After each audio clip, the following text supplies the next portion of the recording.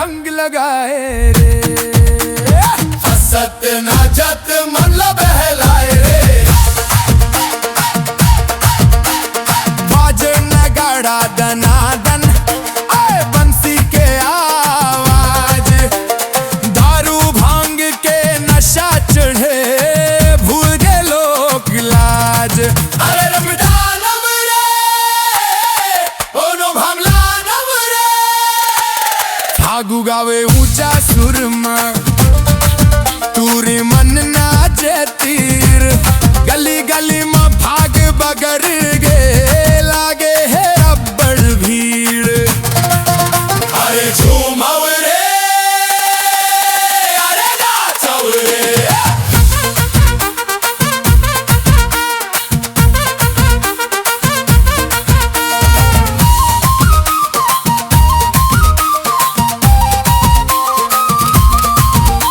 गिलास घूमे हाथे हाथ, कोनो पिए नीट, कोनो सोडा घोल के पिए, कोनो हो गे ढीठ।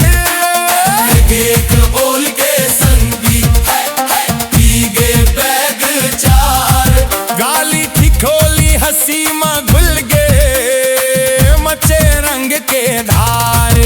भाग जावब रे ताली बजावब रे। अरे बहारे तो भी कैसन रंग लगाए रे। बहारे तो भी कैसन रंग लगाए रे।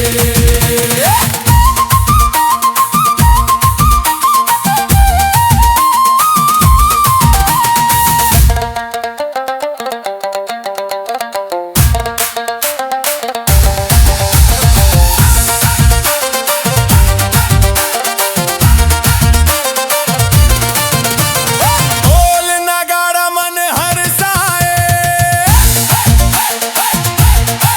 फागुन रैन गजब बनाए।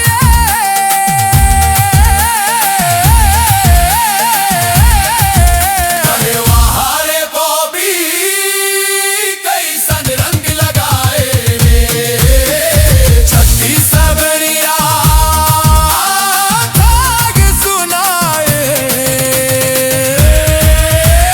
छत्तीसगढ़िया फाग सुनाए रे।